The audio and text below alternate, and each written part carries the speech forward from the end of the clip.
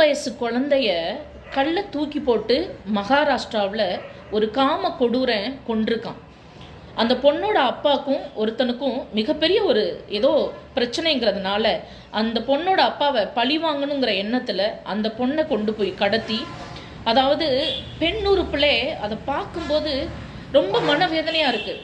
அதை பார்க்கும்போது பெண் உறுப்பிலே கையை வச்சு குத்துறான். அந்த பொண்ணு கத்துது, 3 வயசு குழந்தைங்க. அந்த கத்தும்போது அந்த வாயை பொத்தி அந்த பொண்ணோட மூக்கை பிடிச்சி அந்த கழுத்தை நெரிச்சு கொள்றான். அந்த குழந்தை அப்படியே பரிதவிக்குது. இது வெளியில தெரிஞ்சிருக்கிறக்கா கல்லை தூக்கி போட்டு கொண்டிருக்கான்.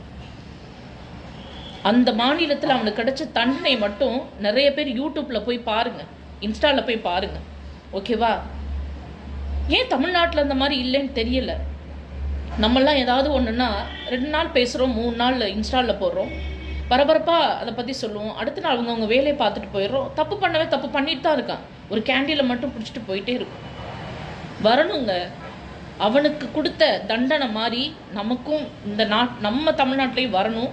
இது ஏன் சொல்கிறேன்னு தெரியுமா? தயவு செஞ்சு உங்கள் பொம்பளை பிள்ளைங்கள கொஞ்சம் பத்திரமா பார்த்துக்கோங்க. தைரியத்தை கொடுங்க. முதல்ல தன்னம்பிக்கையும் தைரியத்தையும் கொடுங்க. எதா இருந்தாலும் 3 வயசு குழந்தைக்கு என்ன மேடம் தன்னம்பிக்கை கொடுக்க முடியும்னு சொல்கிறீங்க? கொடுங்க. அவங்க ரத்தத்தில் உருவாக்குங்க. ஒவ்வொரு பெண் பிள்ளைகளுக்கும் ஒருத்தர் காம கொடூரனா உன்னை ஏதோ ஒன்று பண்ண வரும்போது தைரியமாக இருந்து போராடி வெளியில் வான்னு சொல்லி கொடுங்க. கட்டாயம் ஒரு குழந்தை இல்லை, ஒரு 10 குழந்தை இல்லை, 20 குழந்தையாவது தன்னம்பிக்கையோடு வளருவாங்க. இதை சொல்லும்போது மனசு பகிரங்கமாக இருக்குது. ஸோ என்ன சொல்கிறேன்னு தெரிலங்க. அந்த பொண்ணோட ஆத்மா சாந்தி அடையணும்.